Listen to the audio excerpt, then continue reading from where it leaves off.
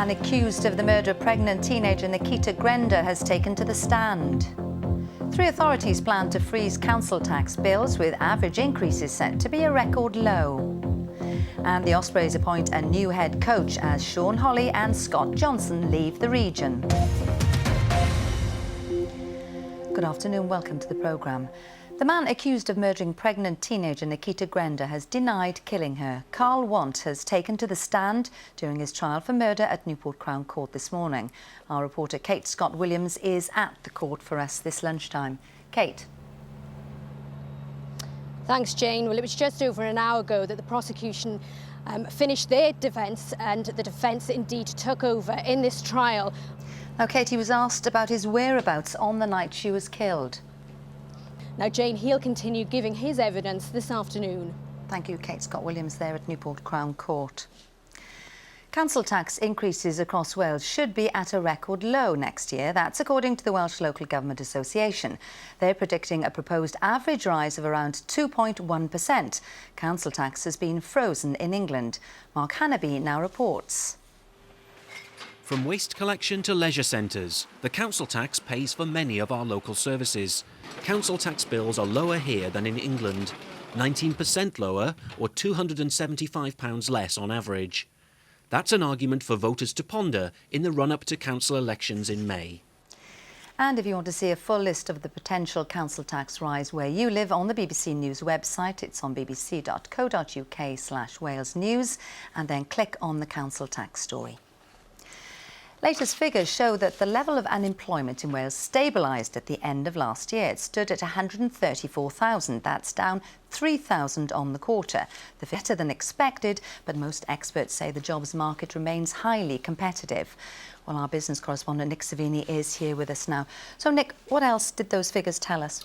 Well, it tells us, Jane, that the unemployment rate in Wales to the end of 2011 was 9%, higher than the UK average of 8.4%. But I should say the rate in Wales is now substantially lower than the north of England, it's lower than the West Midlands, and it's lower than London. So how much can we read into these figures? Well, I think it shows that the economy is not contracting dramatically. We're not seeing any enormous recovery either. And I think that's being reflected on the ground as well, Jane. In recent weeks, we found out that Lloyds Banking Group, for example, is cutting 200 jobs in Cardiff and Newport, and yet Virgin Media is creating 250 jobs in Swansea, cancelling each other out to some extent. Thank you, Nick Savini. A man has appeared in court accused of the murder of 43-year-old Kelvin Jones, who was found dead at his home in Bangor on Sunday. 42-year-old David Swift was remanded in custody. He'll appear at Caernarfon Crown Court later today. 5 hospitals in North Wales have been hit by an outbreak of the winter vomiting bug norovirus. Some wards are closed or partially closed to admissions. That's at Glan-Clwyd Hospital, Ysbyty Gwynedd, Wrexham Maelor and community hospitals in Colwyn Bay and Tywyn. Managers are urging visitors to think twice before visiting. We currently have 5 wards affected by the norovirus outbreak, and what we're asking people to do is not come to the hospital unless it's absolutely necessary, that they do limit visitors to 2 people per bed area, that they don't sit on the beds, that they actually sit on chairs, and that they actually wash their hands with soap and water before leaving the ward environment or if they visit any toilet premises. We're also asking people not to bring young children in and babies, or particularly frail, vulnerable older people as well. On to sport now, and in rugby, the Ospreys have appointed a new coach today. Former player Steve Tandy has been handed the job following confirmation that head coach Sean Holley and the director of coaching Scott Johnson have both left with immediate effect. Managing director Mike Cuddy says it was time to freshen things up. Claire Summers reports. The Ospreys don't mess around. Out with the old and in with the new very quickly. He now gets to hold the reins full-time from Friday. Eroni are the visitors to the Liberty Stadium. Football, and Wales are up to 42nd in the latest FIFA World Rankings. That's their highest position since 1995. Meanwhile, there was a first win in 4 for Cardiff City last night as the Bluebirds moved back up to 3rd in the Championship table with a win over Peterborough. Peter Whittingham, Rudy Gesterd and Harris Vukic scored all 3 goals within 6 minutes just before half-time to beat the visitors 3-1. Well, time now for the weather prospects. Here's Derek with all of it. It's quite mild out there, Jane. In fact, in some parts of the country, you could say it feels almost like spring. Just take a look at these temperatures. 8 Celsius in St Asaph, up to 11 in the capital. That's 52 degrees Fahrenheit, a few degrees above average for this time of year.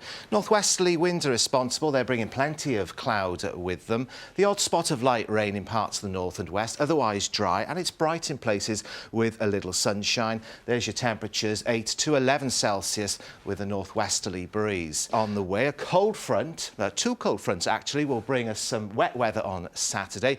That'll clear away and then it will turn brighter and colder. Some sunshine, a return of nighttime frosts and a few wintry showers as well.